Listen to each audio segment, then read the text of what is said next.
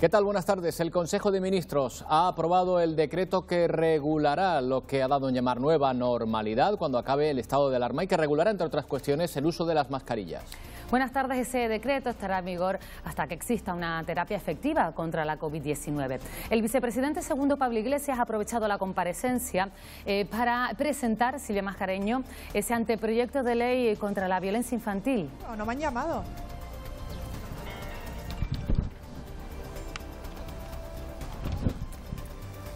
Parece que tenemos problemas con esa conexión, la haremos dentro de un momento. Ahora nos vamos hasta el Parlamento. Las cifras de fallecidos por COVID-19 en Canarias se estabilizan por sexto día consecutivo. No hay que añadir ningún fallecimiento en las islas, que permanecen en 161. Los casos activos son 126 y ayer solo se confirmó un nuevo caso de contagio. En ese pleno en el Parlamento del que hablamos, varios asuntos a tratar, como los cambios en las consejerías, el ingreso mínimo vital, el aumento de la llegada de personas inmigrantes o el uso del superávit. Marta Rodríguez.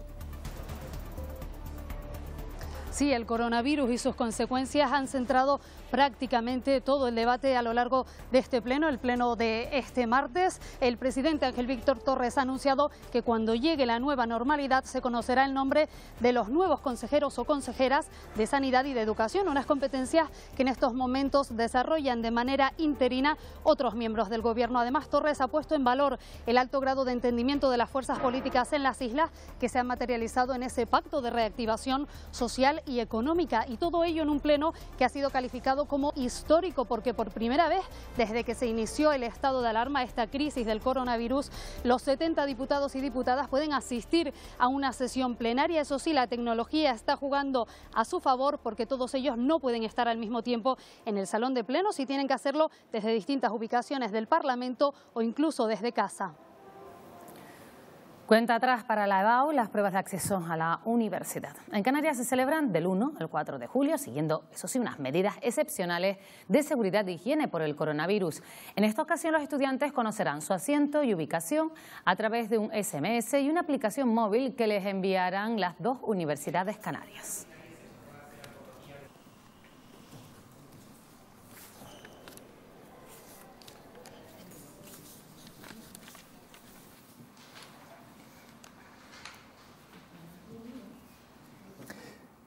Y en El Hierro, después de casi 3 meses cerrado, ha reabierto sus puertas el Santuario de la Virgen de los Reyes. Muchos fieles se han acercado a Aroacanó a visitar a la patrona de los herreños.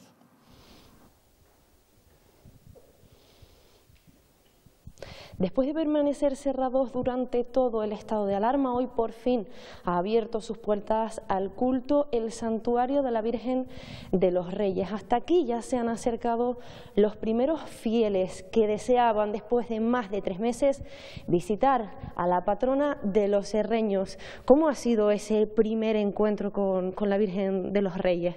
La verdad que muy emocionante. Después de tanto tiempo, y yo vivo en Tenerife, y he traído a mi madre porque ha estado enferma y ella tiene mucha fe, tenemos mucha fe en ella. Después de todo este tiempo, me imagino que también en los momentos difíciles se apoyan mucho, ¿no?, en la imagen. Siempre, siempre le pido por él, siempre le pido a ella por todo, por salud y que salgamos de esto con fe y con devoción. Muchas gracias.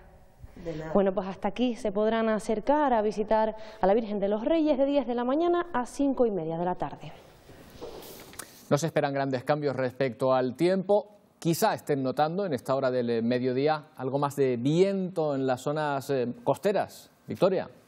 Buenos días, Roberto. Sí, normalmente en estas horas y hasta media tarde se suele intensificar el viento en zonas costeras del sureste y del noroeste de las islas, es decir, la costa sureste de la isla del Hierro, justo el extremo noroeste de la isla, por ejemplo, donde se encuentra la Virgen de los Reyes, en zonas de los municipios de Fuencaliente y de Garafía en La Palma, en San Sebastián de La Gomera y en Vallehermoso, la isla de La Gomera, toda la costa sureste de la isla de Tenerife, los municipios del sureste de Gran Canaria y las zonas de costa de los municipios de la aldea de Artenara y de Agaete. oeste. Ahí se va a notar viento, remitirá a media tarde, lo volveremos a tener en la jornada de mañana también en horas de mediodía. Y de momento pocos cambios. Quizás el cambio más notable mañana es que la probabilidad de que se produzcan precipitaciones va a ser menor. Hoy las hemos tenido, sobre todo durante la mañana. Ha llovido en buena parte del nordeste de la isla de La Palma, ha habido algunas precipitaciones más débiles y dispersas en zonas altas de La Gomera, en puntos del norte de Tenerife y también en las medianías del nordeste y norte de la isla de Gran Canaria. Mañana vamos a ver nubes tanto por el norte como por el sur. La mayor parte de las nubes del norte va a ser nubosidad asociada al alisio.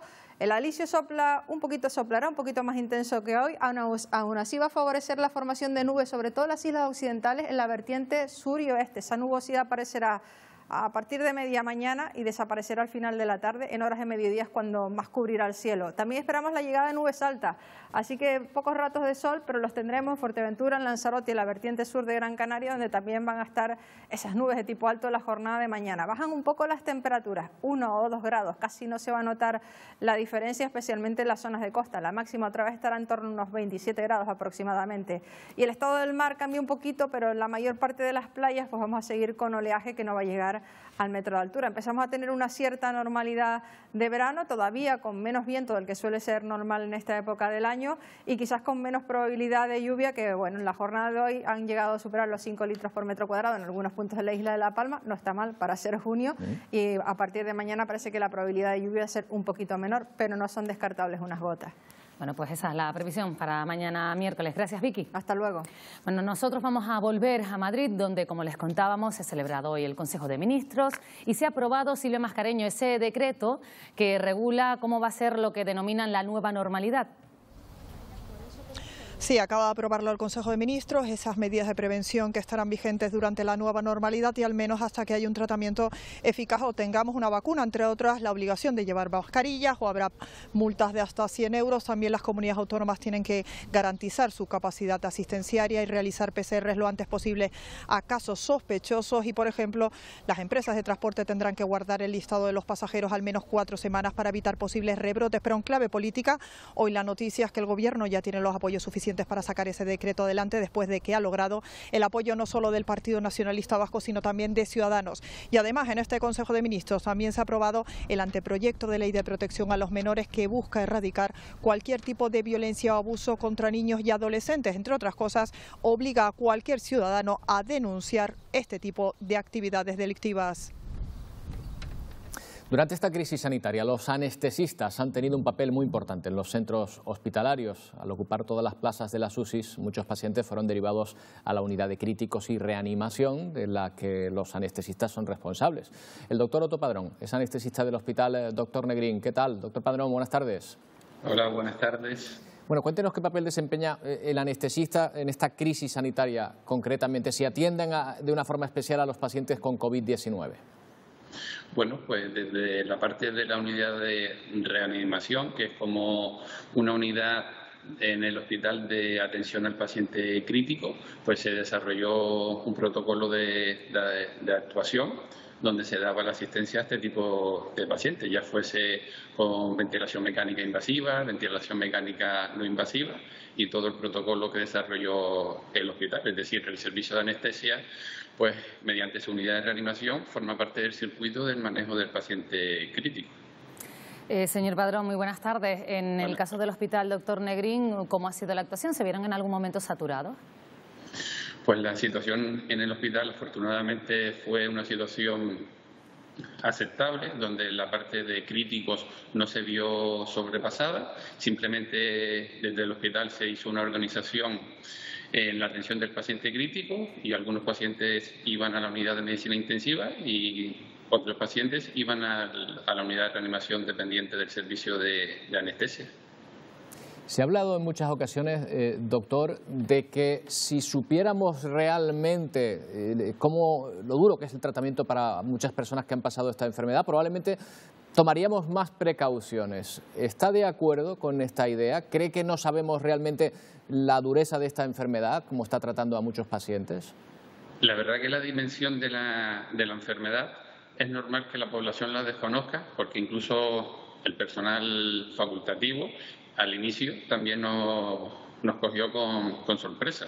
Es decir, que la población haya tenido dudas y miedos es normal, porque es una enfermedad desconocida. Es verdad que luego, cuando ves las patologías que se asocian, y sobre todo en la que vemos en las unidades de cuidados críticos, pues sí, a veces ha sorprendido un poco la evolución de la enfermedad.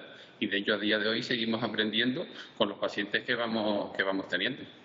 Sí, pero por ejemplo, tengo entendido, usted lo acaba de decir, la intubación que se tenía que realizar a los pacientes más críticos, en ocasiones dormirlos para tratarlos mejor y algunos de esa sedación después no despertaban. ¿Usted cree que es necesario, que sería necesario hablar de estas cosas, explicarlas para que realmente sepamos a qué nos enfrentamos? Yo creo que cuanto más informada esté la población, pues mejor afronta las situaciones de crisis. Es verdad que la intubación es un proceso que forma parte de la atención del paciente crítico, aunque no es la única actuación que se hace en el paciente. Comparto con ustedes que cuanto más sepa la población las técnicas que se hacen en una unidad de cuidados críticos, pues menos chocante puede resultar luego cuando se le realiza, y también al entorno familiar.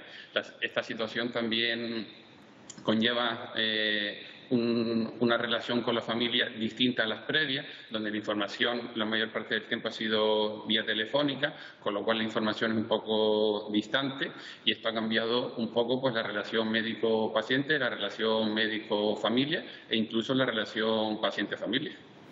¿Y ahora mismo cuál es la situación? ¿Se notan más aliviados?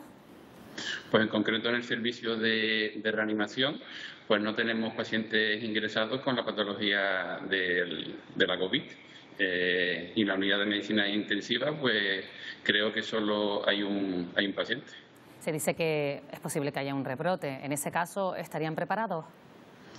Viendo con perspectiva lo que hemos pasado estos meses, donde todos los servicios del hospital han participado de forma activa, sobre todo el servicio de urgencia, que es la puerta de llegada de los pacientes al hospital, medicina interna, que es el que ha llevado el peso de todos estos pacientes, la unidad de medicina intensiva, que ha llevado el papel principal en el manejo del paciente crítico, y luego el servicio de anestesia. Yo creo que se ha resuelto con bastante solvencia los pacientes que han ido ingresando.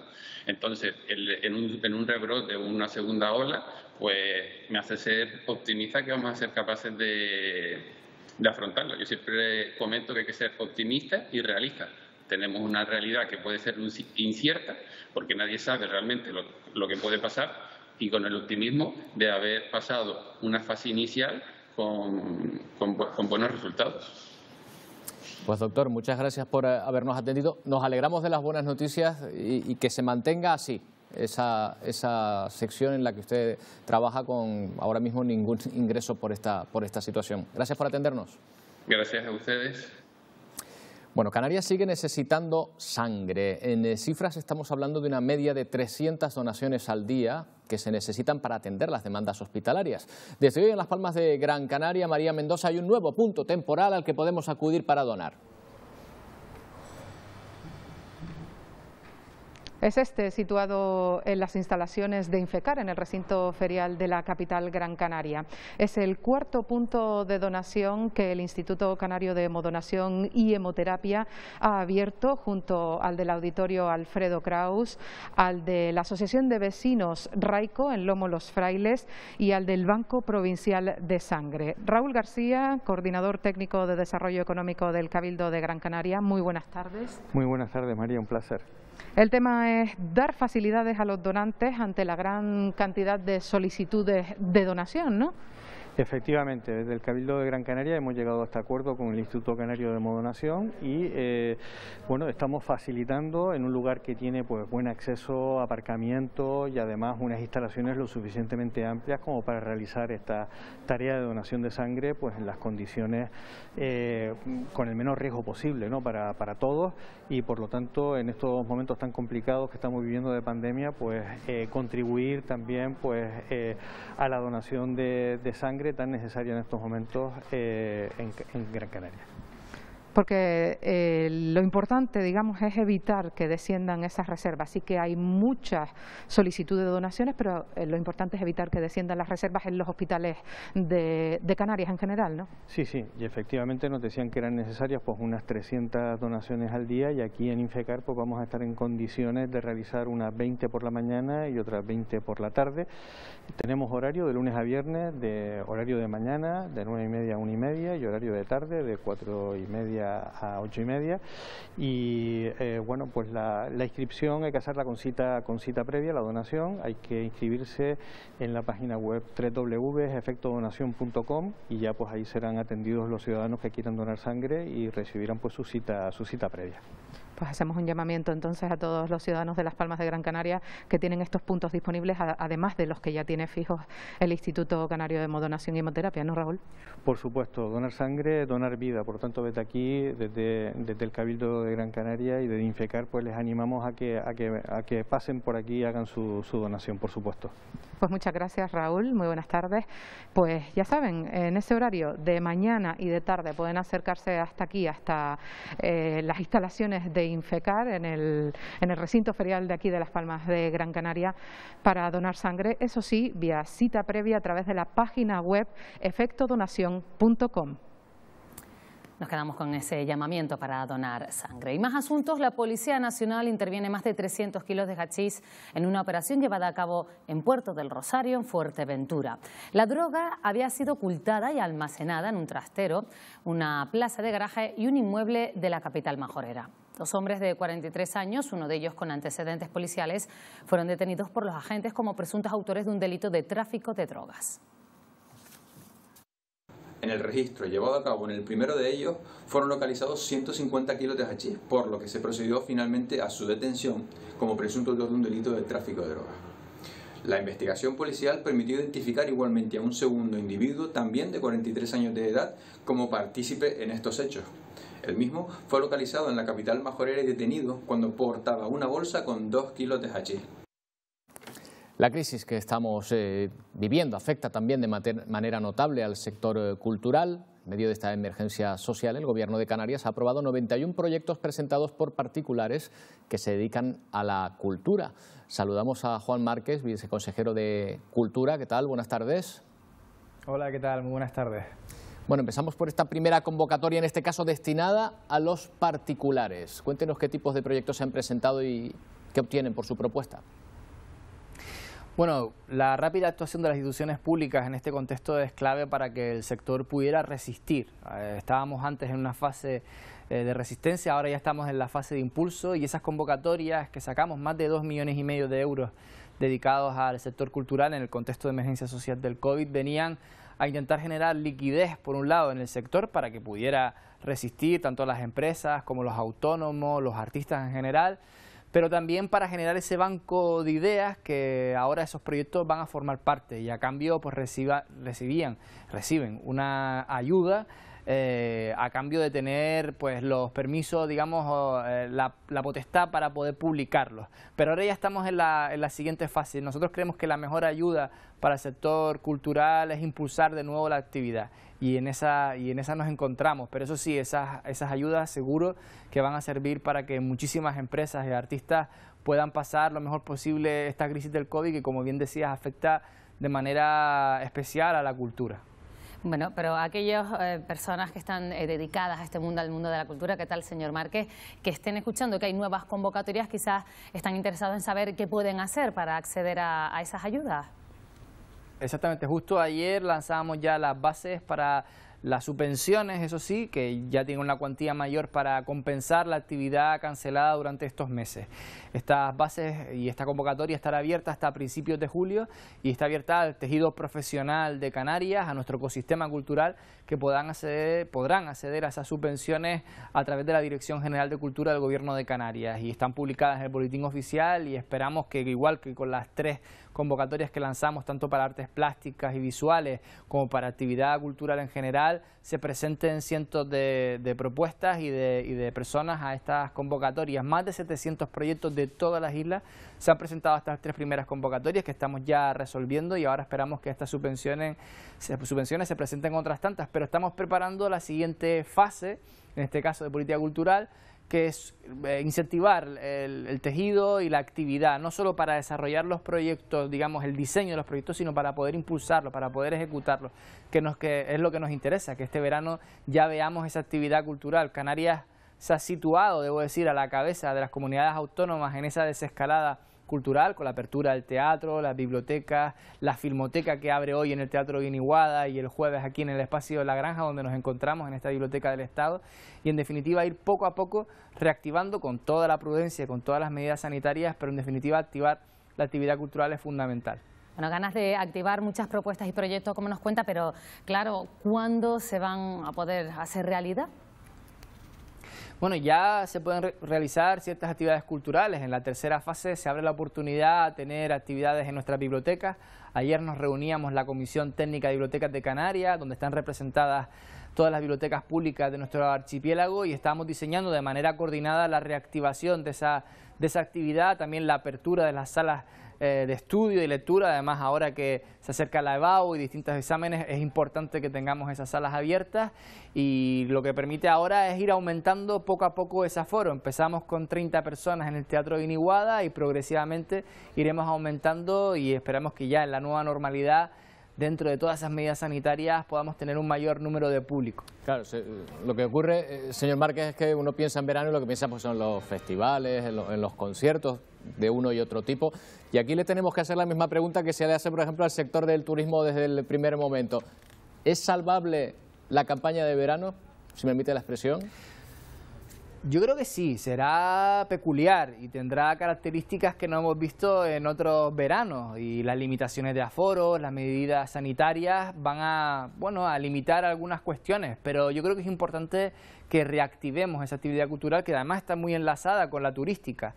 Añadimos valor a nuestra oferta, generamos economía como tractor de otros servicios, que es la cultura. Es fundamental que se reactive en nuestros municipios, y desde el Gobierno de Canarias estamos haciendo ese esfuerzo como si fuera una máquina quitanieves, ¿verdad? Pero que esperamos que detrás vengan los cabildos, las corporaciones locales y la iniciativa privada. Ya estamos diseñando algunas actividades para el verano y espero que pronto podamos anunciarlas, pero sin duda va a ser clave, ya digo, un verano peculiar, pero esperemos que dentro de con todas las prudencias y con todas las medidas que tenemos que tomar, pues se desarrolle con cierta normalidad.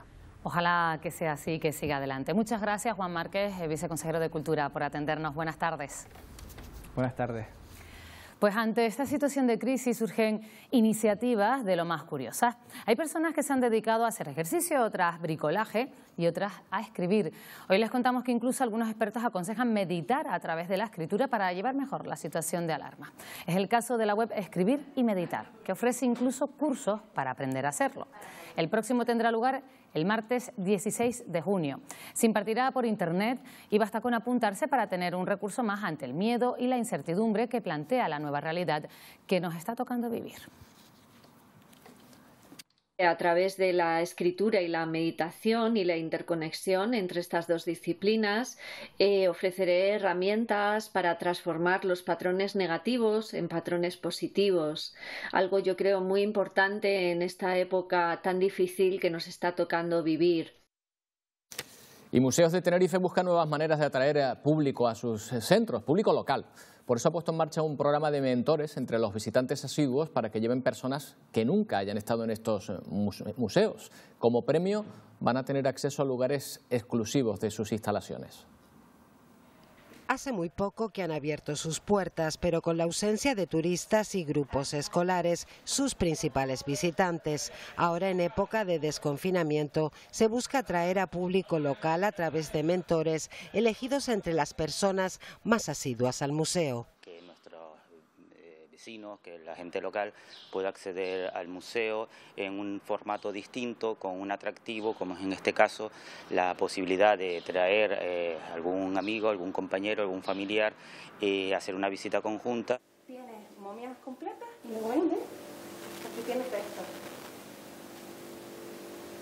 actúan como madrinas o padrinos de ciudadanos que nunca hayan visitado estos museos y a cambio podrán acceder a zonas museísticas que se encuentran fuera del alcance habitual de los usuarios. Aquellas personas que se sumen a esta campaña pues luego podrán tener la posibilidad de realizar una visita a aquellas zonas que normalmente están, digamos, ocultas al público general, como puede ser nuestros laboratorios, nuestros almacenes, los espacios donde los científicos están trabajando. Una iniciativa que se lleva a cabo en el Museo de Historia y Antropología y en el de la Naturaleza y Arqueología, los únicos que han abierto sus puertas, ambos de acceso gratuito, hasta que recuperen la totalidad de sus servicios. Se acerca el verano, las vacaciones y aquellos que se lo pueden permitir se plantean disfrutar unos días fuera de casa. Con las medidas de seguridad y higiene por la COVID-19 se demandan viviendas de alquiler vacacional en zonas turísticas y rurales. Doris Borrego es presidenta de la Asociación Canaria de Alquiler Vacacional. ¿Qué tal? Buenas tardes. Muy buenas tardes. Bueno, pues este tipo de vivienda, al estar, por ejemplo, una familia solamente sin tener contacto con otros huéspedes, ¿está siendo más solicitada en Canarias? Bueno, nosotros estamos notando de que ya tenemos clientes en algunas viviendas, residentes canarios, que se han decidido salir de sus pisos, mayoritariamente de las ciudades, y trasladarse y alquilar una vivienda vacacional en la playa o bien que tenga espacios exteriores. El producto estrella, sin duda, son las casas con piscina y las casas aisladas que están cerca de la costa o cerca de las playas. O sea, señora Borrego, buenas tardes, que lejos de bajar la demanda, casi podríamos decir que ustedes vislumbran que va a aumentar. Bueno, de momento es tímido. Este mes estamos notando un tímido incremento de la demanda de residentes canarios. Sí es cierto que nos están entrando bastantes reservas para julio y para agosto. Claro, con la duda de todavía no saber, cuáles van a ser los requisitos, para... La estamos viendo ahora perfecto. Ahora perfecto, señora Borrego. Bueno, otra cuestión, si nos deja la técnica. Ustedes saben, está hablándonos de los requisitos, ustedes saben ya cuáles son sus obligaciones a la hora de entrar en esta etapa que se llama nueva normalidad por parte del Gobierno. ¿Saben cuáles son los requisitos que tienen que tener para alojar personas y ofrecer su servicio? Bueno, en un principio nosotros somos uno de los últimos. No tenemos todavía los protocolos del ICTE pero publicados, es decir, estamos a la espera, pero ASCAP se ha adelantado a ello y lo que estamos haciendo y lo que hemos hecho es coger el protocolo de casas rurales, que es muy similar, junto con las recomendaciones del Ministerio de Sanidad, y hemos hecho a lo alto, es decir, exagerando un poco, todo porque queremos garantizar, sobre todo y ante todo, no solamente la salud de nuestros clientes, sino también la salud de nuestros propietarios y de nuestros trabajadores, lógicamente. Y una pregunta, la asociación a nivel interno está dando pasos, movimientos, creo que van a sacar adelante una plataforma. Sí, llevamos muchísimos años que los socios nos están pidiendo una plataforma propia que dé garantías de calidad, de legalidad y lógicamente que se cumple con todo. Siempre hemos tenido esa reticencia a sacarla y ahora con todo lo que ha pasado con la pandemia y ver también las grandes plataformas web, lo mal que se han portado, se puede decir así abiertamente, pues hemos acelerado el proceso y en tan solo 4 semanas hemos preparado nuestra propia plataforma, vuelvo a repetir, con todas las garantías de legalidad, de calidad y de seguridad. Y ya a partir del día 15 la gente podrá hacer su reserva a través de ese portal. ¿Cómo se llama la plataforma, señora Borrego? Viviendasvacacionales-canarias.com. Muy bien, pues desearle suerte nada más, sí, ¿no? en esa etapa. Estaremos pendientes a esa presentación. Muchas gracias, señora Borrego, presidenta de la Asociación Canaria de Alquiler Vacacional. Buenas tardes. Buenas tardes, muchísimas gracias. Más asuntos. Por primera vez en su historia, los usuarios de las guaguas de Global podrán pagar el billete con tarjeta bancaria o con sus teléfonos móviles. Las 340 guaguas de la empresa de transporte interurbano de pasajeros en Gran Canaria cuentan desde este martes con datáfonos para poder efectuar la compra del trayecto. Con este mecanismo se garantiza la trazabilidad de todos los pasajeros ante un hipotético contagio. Hay que recordar que desde que se decretó el estado de alarma, tan solo se podía abonar el importe del recorrido con la tarjeta de transporte al no permitirse el pago en efectivo. Cuando se prohibió el cobro en efectivo era por motivos sanitarios y también por un tema de trazabilidad. Se quería saber en cada momento el nombre y apellido de los pasajeros que iban en cada guagua por si había que hacer un trazado de algún infectado. Entonces, con esto se cumple, se tiene esa trazabilidad y además es más higiénico. Muchas familias se han encontrado con problemas para el cuidado de los más pequeños de la casa. La apertura reciente de ludotecas se ha convertido en una opción para ellos, no solo para conciliar, sino para que los más pequeños vuelvan a relacionarse entre ellos. De un día para otro, los más pequeños dejaron de sociabilizar con niños. Le empiezo a trabajar en una semanita, pero sí es verdad que necesitaba darle un poquito de vida al niño y que saliera, que se relacionara de nuevo con otros niños. La apertura de ludotecas también ha tenido que ser garantizando la seguridad. Los papás los dejan en la puerta, se llevan los zapatos a casa, medimos la temperatura, lavamos las manos. Atienden a grupos reducidos, tan solo se permite un 50% del aforo. Éramos 4 empleadas, ahora mismo somos 2, mitad de ingresos y los gastos siguen siendo los mismos. Un esfuerzo que merece la pena por volver a verle jugar. Que prefiero estar aquí y estar en casa. A veces no vengo y a veces sí, porque a veces voy a la casa de mi abuela y eso. Una opción que libera a los abuelos, aunque solo es posible si ambos progenitores se encuentran trabajando. Si no están trabajando, pues no me pueden firmar la declaración jurada, entonces hemos tenido que decirles que no. Por lo menos será así 2 semanas más, cuando esperan dejar de decir que no a muchas familias que necesitan de este espacio tanto como ellos. El interior del Parque Nacional de la Caldera de Taburiente, en La Palma, alberga pequeños laboratorios experimentales en forma de parcelas. Con su construcción y seguimiento se ha podido determinar de qué manera afectan los elementos externos a su vegetación.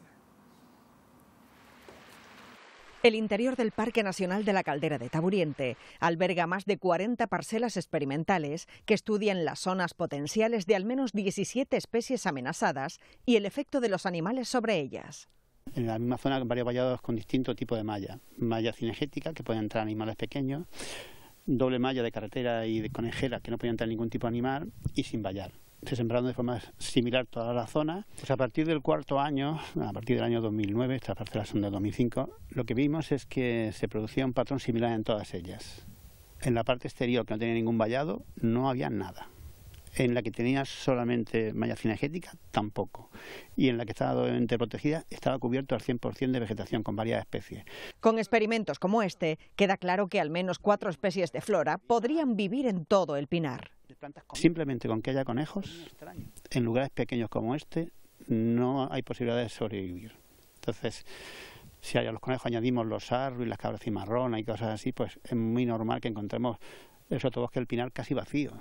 Muchas de estas parcelas, que oscilan entre los 400 y los 1.500 metros, están activas desde el año 2005. La cultura estos días es el eje de unas jornadas de trabajo organizadas por el Consulado de México en Santa Cruz de Tenerife. El objetivo es buscar alternativas que permitan reforzar los pilares de la cultura tras la paralización de la actividad como consecuencia de la crisis sanitaria. La cultura es estos días la protagonista en el Consulado de México en Canarias, donde se desarrollan distintas líneas de trabajo para fortalecer el sector. La cultura es la base de todo, es el fundamento para que una sociedad pueda desarrollarse y pueda seguir adelante y pueda tener éxito, y no se debe de perder. Tenemos que protegerla, se tienen que buscar los mecanismos para cómo poder abordarla, ayudarla y apoyarla.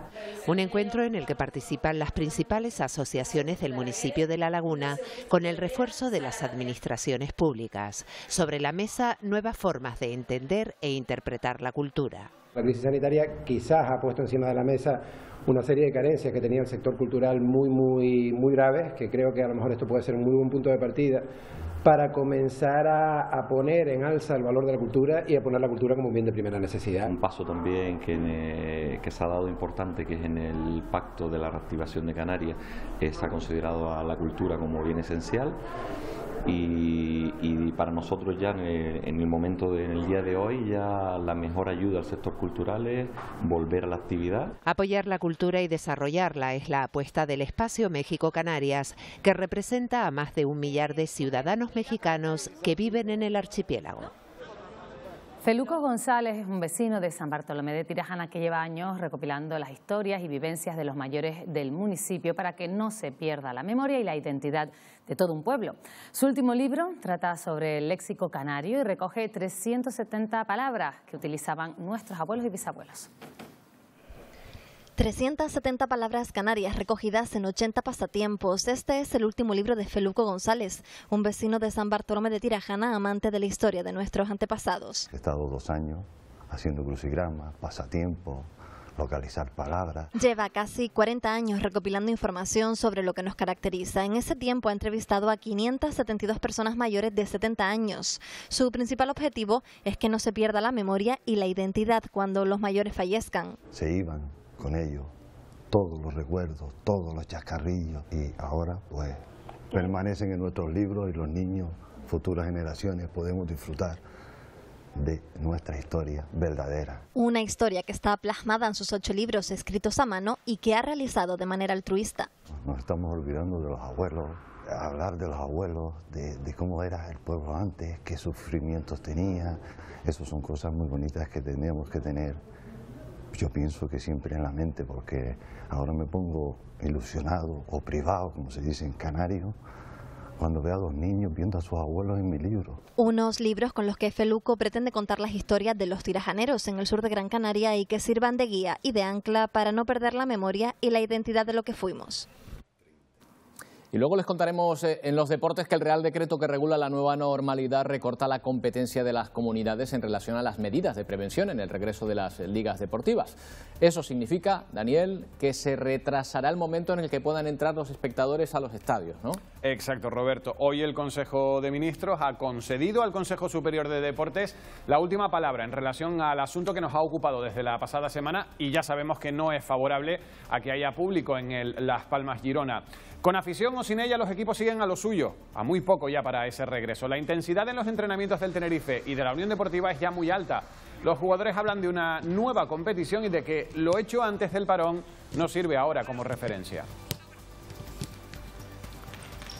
También se palpa la inminente competición en los entrenamientos del Herbalife y el Iberostar, apenas a 2 días para que cambien su cuartel general por las pistas valencianas de la Alquería, donde se pondrán a punto para esa fase final de la Liga Endesa.